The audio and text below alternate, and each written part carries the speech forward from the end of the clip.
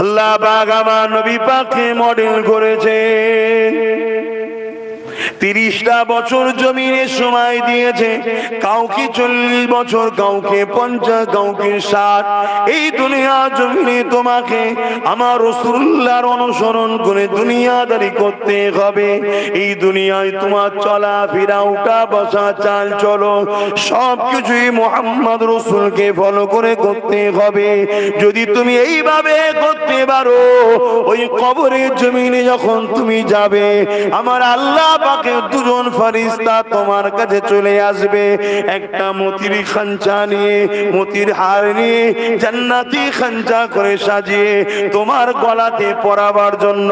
ওই ফেরেশতা দুটোর মধ্যে বলা হতে লাগবে, এ আল্লাহ পাকের ফেরেশতা রে, এই বান্দাটা দুনিয়া জমিনে তার রবকে, তার মালিককে, তার আল্লাহকে বড় খুশি করেছে।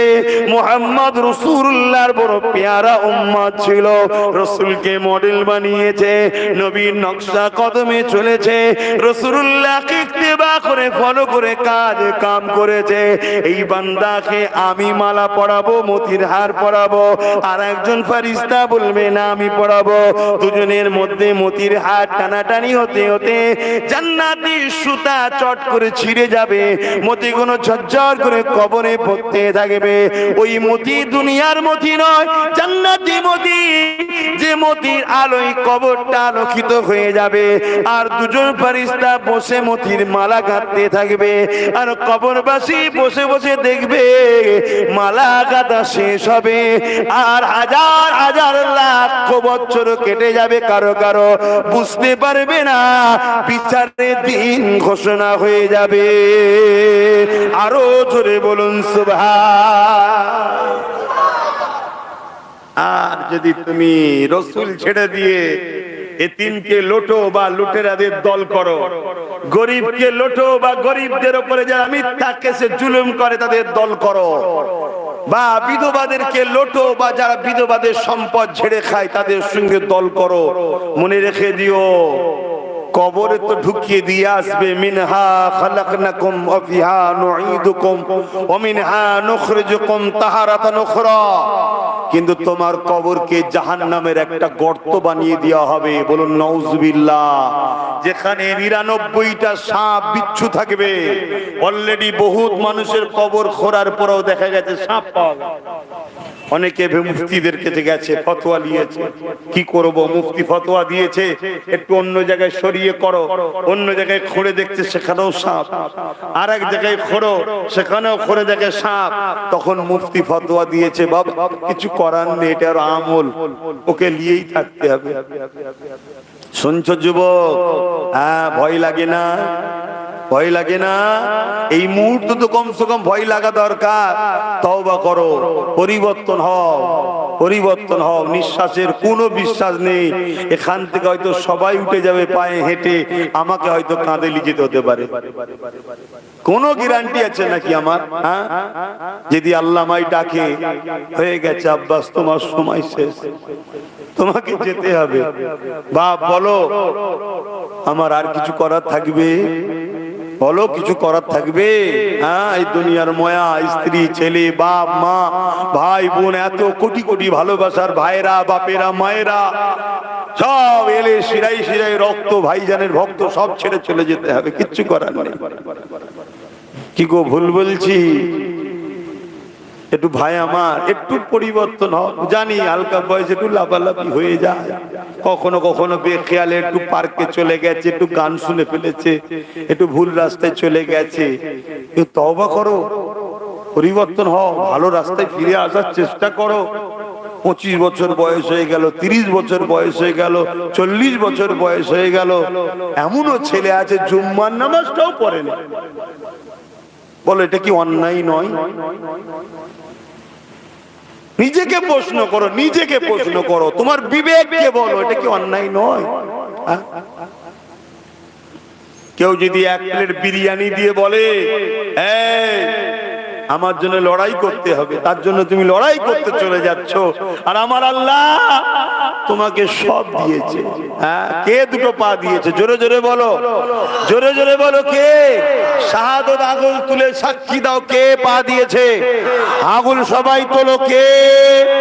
কে? আমার সাথে আরো একবার বলো, আল্লাহু আকবার। তিনি তো পা দিয়েছে, না অন্য কেউ? তার পা দিয়ে কখনো যাও না? এক প্লেট বিরিয়ানির জন্য 3 কিলোমিটার রোদের মিছিলে ঘুরে ফেললে, 200 টাকার জন্য 4 কিলোমিটার মিছিলে ঘুরে ফেললে, আর তোমার মালিক তোমাকে রাত্রিরে কত আরামের ঘুমটা দিল। শরীরে যদি একটা কোনো অসুস্থ হয়ে যেত, সামান্য যদি পেটের একটু বেদনা শুরু হয়ে যেত, তাহলে সারা রাত তুমি ঘুমাতে পারতে না। আমার আল্লাহ তোমাকে সুস্থ রেখে আরামের ঘুমটা দিল। এ যুবক, আমার আব্বা, আমার মা, আমার বোন, চেষ্টা করো ফজর বেলা উঠে সেই আল্লাহকে 2 4 রাকাত সুন্নত 2 রাকাত ফরজ 2 রাকাত 4 রাকাত নামাজটা তো পড়ো, বেশি সময়ও লাগে না। বিবেককে বলো, উচিত কি নয়?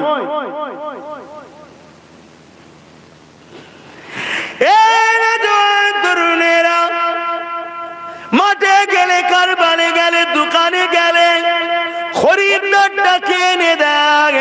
গাছ তো তুমি লাগালে, ফসলটা খেয়ে দেয় তোমার আমার মালিক, তোমার আমার সৃষ্টিকর্তা রব্বুল আলামিন আল্লাহ পাক তিনি দেয়। তাহলে কেন জোহর বেলাতে দোকান যদি বন্ধ করে আসতে না পারো, দোকানেতে মুসাল্লা রেখে দিয়ে ওখানে কেন তুমি 4 রাকাত ফরজ নামাজ পড়তে পারলে না? এ যুবকেরা, এ আমার বাপ জানেরা, মায়েরা, বোনেরা, যদি তুমি মাঠে খাটাখাটনি করো, কেন তুমি মাঠের আলেতে মাথার গামছা মুসাল্লা বানিয়ে দে, কেন তুমি দোকানে তোমার আল্লাহকে সিজদা দিলে না? এ যুবকেরা, এ নবী পাখির প্রেমিকেরা, মায়েরা, বোনেরা, নিজের বিবেককে প্রশ্ন করো। আরে কত দয়ালু আল্লাহ, তিনি তোমাকে আমাকে জবানে কথা দিল। আজকে তাই তোমরা বলতে পারলে আল্লাহ আল্লাহ আল্লাহ আল্লাহ আল্লাহ জবান দিয়ে উচ্চারণ করতে পারছো, নিজের মাকে ডাকতে পারছো, নিজের বাপকে ডাকতে পারছো, নিজের স্ত্রীকে ডাকতে পারছো, স্ত্রী স্বামীকে ডাকতে পারছো। এই জমিনে আল্লাহ নমুনা দেখিয়েছে। এমন অনেক ছেলে আছে, তোমার আমার মতো মুখ রয়েছে, জীব রয়েছে, দাঁত রয়েছে, কিন্তু জবানে কথা বলতে পারে না। আল্লাহ পাক দয়া করে তোমাকে আমাকে জবানে কথা দিয়েছে। তোমার আমার উচিত হবে এই জবানে তো এমন কথা বলবো না যে কথা দিয়ে আল্লাহ পাক নারাজ হয়ে যায়, যে কথা দিয়ে আল্লাহ বেজার হয়ে যায়। কিন্তু দুঃখের বিষয় হলো, মুসলমানের ঘরে ছেলেরা, তুমি আমি বেঈমান, কিছু জালিম, কিছু অত্যাচারীদের ঝান্ডা ধরে এমন কিছু কিছু স্লোগান দিচ্ছি, যে স্লোগানে শিরক লুকিয়ে আছে, যে স্লোগানটা দেওয়ার সাথে সাথে তুমি আমি মুশরিক হয়ে যাচ্ছি। আর পাপীর মাপ আছে, মুশরিকের কোনোদিন মাপ নাই। কেন? মুশরিক কাকে বলা হয়? যে তার আল্লাহর সঙ্গে অন্য কাউকে শরীক করে দেয়। এই যুবকেরা, আল্লাহ পাক জবান দিল, এই জবানে তোমার আমার উচিত হবে না মন্দ কথা বলা। আল্লাহ পাক জবাব দিল, এই জবানে তোমার আমার উচিত হবে না কোন মানুষের জন্য মিথ্যা সাক্ষী দিয়া। আল্লাহ পাক জবান দিল, এই জবানে উচিত হবে না আলেমদের বিরুদ্ধে, আল্লাহর ওলিদের বিরুদ্ধে, নবী বংশের বাচ্চাদের বিরুদ্ধে ছোট বড় কটূক্তি করা। আল্লাহ পাক জবান দিল, উচিত হবে এই জবানে তোমার আল্লাহ পাকের পাক কোরআন বেশি বেশি করে তেলাওয়াত করা। আরো জোরে বলুন সুবহান।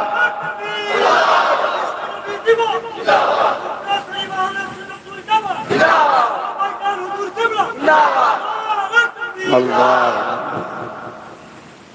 আজ আমার কথা শুনে তোমরা নেবে কি নেবে না সব তোমাদের নিজের নিজের ব্যাপার। ভাই, কথা বুঝে আসছে? সব নিজের নিজের ব্যাপার। কিন্তু মনে রাখবে এ কবর সবার জন্য, কবর সবার জন্য। বিচার হবে কিয়ামতের দিন ময়দানে মাশর। জাহান্নামীরা যখন জাহান্নামে যাবে, জাহান্নামের আগুনের পিপাসায় তাদের বুকটা ফেটে যাবে। পানি পানি পানি পানি কি পান করানো হবে? জাহান্নামের গিলাসে তাদেরই শরীরের পচা দুর্গন্ধময় টকবক করে ফুটা রক্ত পুঁজ সেই দেয়া হবে। যখন পান করবে যেখান দিয়ে যাবে গলে গলে গলে গলে যাবে, আবার অটোমেটিক তৈরি হবে, আবার গলে গলে যাবে। ক্ষমতা আল্লাহর আছে না নাই? এমন অনেক গাছ আছে দেখবেন, কেটে দিবার পর আবার সেখান থেকে গজায়, আবার কেটে দিবার পর আবার গজায় না? এটা কাঠ তৈরি করা। সেই আল্লাহ জাহান্নামে যেখান দিয়ে গলে গলে যাবে আবার হবে। শুনছো? আমি আমার বাপ বলেছে বলছি না, কোরআন বলছে, আমার রাসূল বলছে। একটু শুধরাও, একটু পরিবর্তন হও। আর না হয় দুনিয়া ধরতে গিয়ে যাদের দলদাস হয়ে আছো, যাদের পিছনে ঘুরে বেড়াচ্ছ, সে ডায়ে হোক বাঁয়ে হোক সামনে হোক পিছনে হোক চিকুনেরই কালারই হোক, মনে রাখবে সব কটাই হলো গাদ্দার। যাদের পিছনে সময় নষ্ট করে করে তোমাদের লাইফ নষ্ট করে ফেলছো, এক সব কটা বেটা কেউ তোমাদের কাজে লাগবে না। কি গো বাবাজিরা, অসুবিধা হচ্ছে নাকি? কোরআন হাদিস বলছি বাপ, হ্যাঁ তাই তো নাকি? একটু গায়ে লাগছে, একটু কষ্ট হচ্ছে, হলে কি করা যাবে? রোগ হলে তো মেডিসিন দিতে হবে নাকি? হ্যাঁ, আল্লাহ পাক পাঠালেন কি জন্যে? কোরআন বলছে কুনতুম খায়রা উম্মাতিন উখরিজাত লিন-নাস তা'মুরুনা বিল মা'রুফ ওয়া তানহাউনা আনিল মুনকার। দুটো কাজের জন্য পাঠিয়েছে। কি কাজ? এই জমিনের উপরে অন্যায়কে মিটিয়ে দাও, ন্যায়কে প্রতিষ্ঠিত করো। জোরে বলুন সুবহানাল্লাহ। আজ আমরা নাই তো মিটিয়ে দিয়ে জুলুমটাকেই বাহবা দিচ্ছি, অন্যায়কে বাহবা দিচ্ছি, অন্যায়কেই প্রতিষ্ঠিত করছি। মুসলিম মহল্লায় দেখে দেখে দেখে দেখে মদের দোকান হচ্ছে, মেলা হচ্ছে, গানের আড্ডা হচ্ছে, তাস বসছে, নাচ বসছে। এই হচ্ছে না হয়নি? বলুন, কথা বলেন। আবার যদি ইমাম সাহেব যদি একবার বলে ফেলে, এরে বাবা সুদের কারবার করছিস কেন, পরের দিন ওই ইমামকে ফাঁসি দিলেই যেন ওর জানটা শান্তি হয়। কে করছে? মুসলমানই তো। আমি হজ করতে এসেছি ইসলামের তো নাকি? আমি আমার কওমকেই বলছি। অন্য পাড়ায় কি হচ্ছে আমার দেখার দরকার নেই। তাদের জন্য মদ হালাল না হারাম আমার জানাও নেই, জানার দরকারও নেই। এতটুকু জানি, মদ মনুষ্যত্বকে ধ্বংস করে। ইসলাম মদকে হারাম করেছে। আমার মহান মাতৃভূমি ভারত মদের বিরুদ্ধে, আমার দেশও মদের বিরুদ্ধে। তোমাদের জানা নেই সংবিধান মদের নেশা বিরুদ্ধে সংবিধান নেশাকে ইজাজত দেয়নি।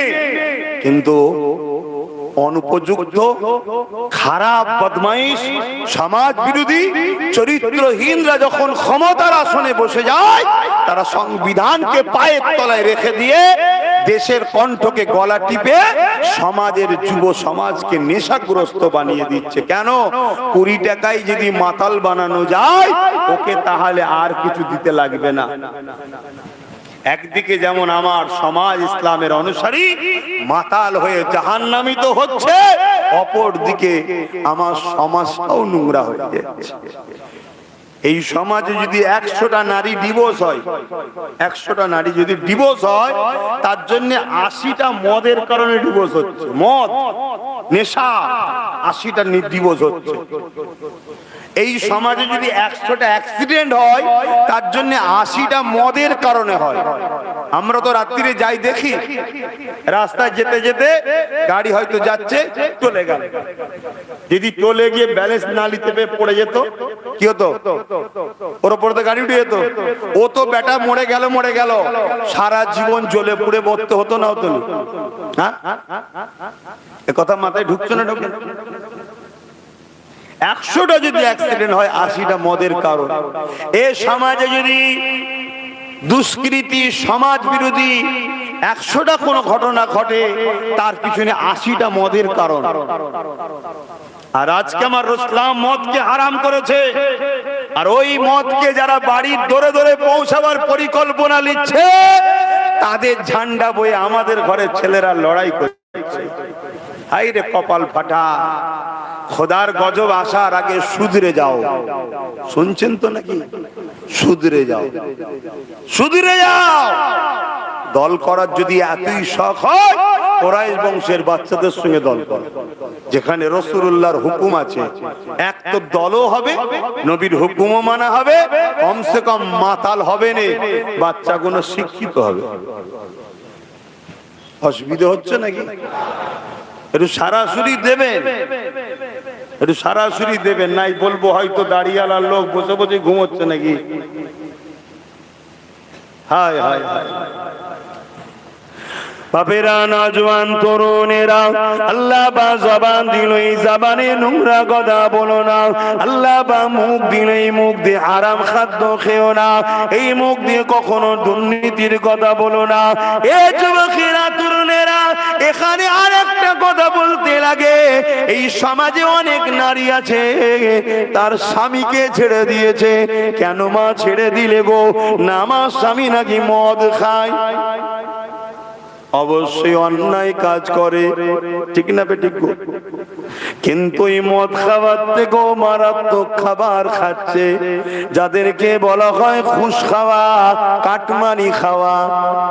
এ আছে না নাই? এটা কি মদের থেকে কম হারাম নাকি? কিন্তু বেশি হারাম। তো এইরকম কোন মা একটাও পাওয়া যায়নি। মা কেন স্বামীর ঘর ছেড়ে দিলে? না, আমার স্বামী ঘুষ খায়, তাই ওই জন্য ওর ঘর করবো নি। আমার স্বামী কাটমানি খায়, তেরপোল থেকে ঝেড়েছে, তিমের চাল থেকে ঝেড়েছে, বিধবার ঘর ঝেড়ে দিয়েছে, ওই কাটমানি খোরের ঘর করবো নি। একটা মহিলা পাওয়া যাবে? ওই জন্য আরো ঘর করছে। আর কাটমানি খোর স্বামীর বিরুদ্ধে বললে ওই মা আবার হাত গুটিয়ে বেরোচ্ছে। মা, আল্লাহ নবী এমনি বলেছে জাহান্নামে নারীর সংখ্যা বেশি হবে। জানেন তো নাকি? কেন? কয়েকটা কারণ, তার মধ্যে 3টে কারণের কথা রাসূল বলেছে। তার মধ্যে একটা হলো নারীরা বদদুয়া করে বেশি, অভিশাপ দেয়। এটা আল্লাহ পছন্দ করে না।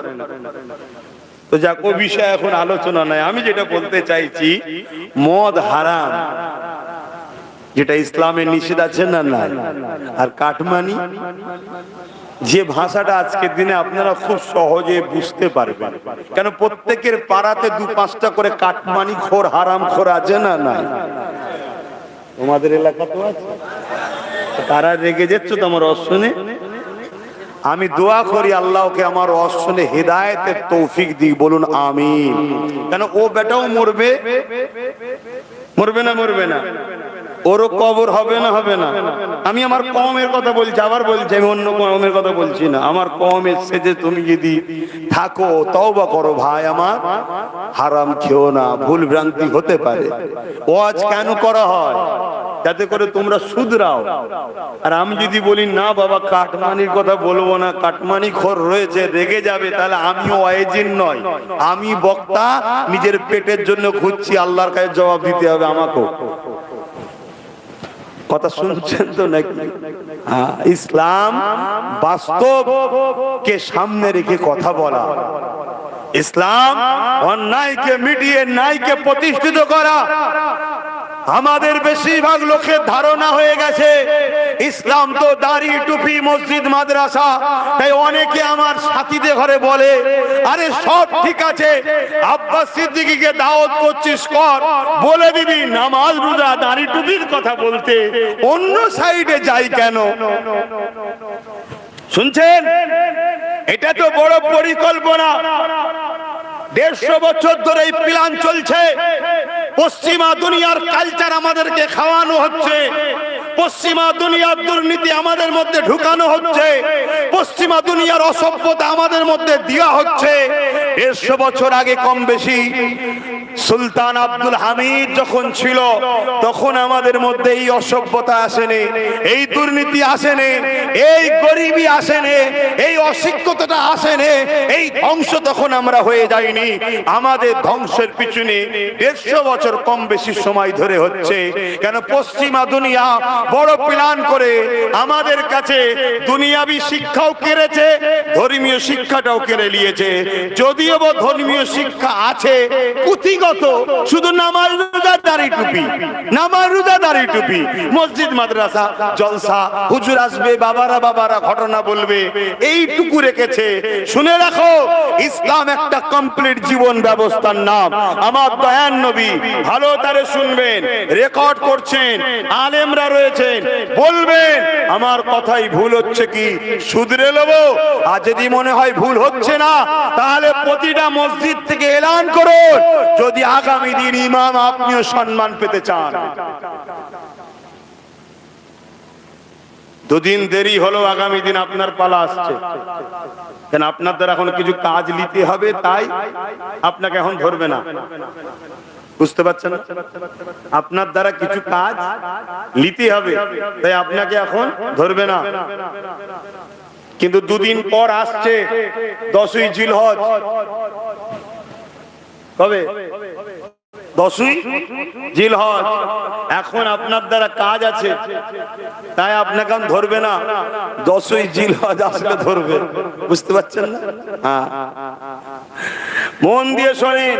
আমার নবী 570 খ্রিস্টাব্দে দুনিয়ায় এসেছে। 40 বছর বয়স যখন নবীর হয়েছে দুনিয়াবি জিন্দেগির, তখন নবী নবুয়াতের কাজ শুরু করেছে, তাই তো? তাহলে 570 থেকে 40 যোগ করলে কত হয়? 610। জোরে বলুন, মাথায় ঢুকবে, মুখে একবার উচ্চারণ করুন, 610। আর নবী মেরাজে গেছে কবে? 621। কতই? মুখে বলুন, 621। মেয়েরাজ থেকে নামাজ এনেছে, মেয়েরাজ থেকে রোজা এনেছে। তার আগে আমাদের জন্য নামাজ রোজা ফরজ ছিল না, অন্য উম্মতদের জন্য তার নবী এনেছিল, তখন ফরজ ছিল, আমাদের জন্য ফরজ ছিল না। খুব ভালো করে শুনবেন, 621-এ নামাজ ফরজ, 621-এ রোজা ফরজ। কিন্তু আমার রসুল নবুয়াতের কাজ করেছে 610-এ। এই 11টা বছর আল্লাহর নবী কি করেছে জানতে হবে না? শুধু নামাজ দাড়ি টুপি ধরিয়ে দিয়ে আমাদেরকে বলছে আল্লাহ আল্লাহ কর, সব হয়ে যাবে। ইসলাম কি শুধু বলেছে আল্লাহ আল্লাহ কর, সব হয়ে যাবে? আমার নবী পাক এই 11টা বছর ধরে পৃথিবীর প্রত্যেকটা অত্যাচারী শাসকের বিরুদ্ধে লড়াই করেছে, প্রত্যেকটা অত্যাচারী শাসককে চিঠি করেছে, জুলুম বন্ধ করো, না হয় মুহাম্মদ তোমার বিরুদ্ধে সংগ্রাম করবে। তুমি গরিবদেরকে লুটা বন্ধ করো, এতিমদের ঘরে লুটা বন্ধ করো, নারী ভোগ বন্ধ করো, নারীদেরকে জ্যান্ত পুঁতে দেওয়া হতো বন্ধ করো, গরিবের হক দাও, বিধবা সম্মান দাও, এতিমকে আশ্রয় দাও, মানুষ খাটার পরে তার পরিশ্রমটা ঘাম শুকাবার আগে মিটিয়ে দাও। এই জঙ্গল সাম্রাজ্য বন্ধ করতে হবে। রাসূল পাক সাল্লাল্লাহু আলাইহি ওয়াসাল্লাম মক্কা জমিন থেকে এই সংগ্রাম শুরু করেছে, জালিমদের বিরুদ্ধে, অত্যাচারীদের বিরুদ্ধে, সন্ত্রাসের বিরুদ্ধে, শোষণকারীদের বিরুদ্ধে। রাসূল পাক সাল্লাল্লাহু আলাইহি সাল্লামের এই লড়াই ছিল। মুসলিমদের পাশে দাঁড়িয়েছে, এতিমের পাশে দাঁড়িয়েছে, বিধবার পাশে দাঁড়িয়েছে, নারীদের পাশে দাঁড়িয়েছে, কমজোরের পাশে দাঁড়িয়েছে, দুর্বলের পাশে দাঁড়িয়ে এই তো 11টা বছর ধরে পৃথিবীর প্রত্যেকটা অসহায়, সে কোন ধর্মের নয়, মানুষ, প্রত্যেকটা অসহায় মানুষকে জালিম সন্ত্রাসদের হাত থেকে নবী আজাদ করে হাসিয়েছে। জোরে বলুন সুবহানাল্লাহ।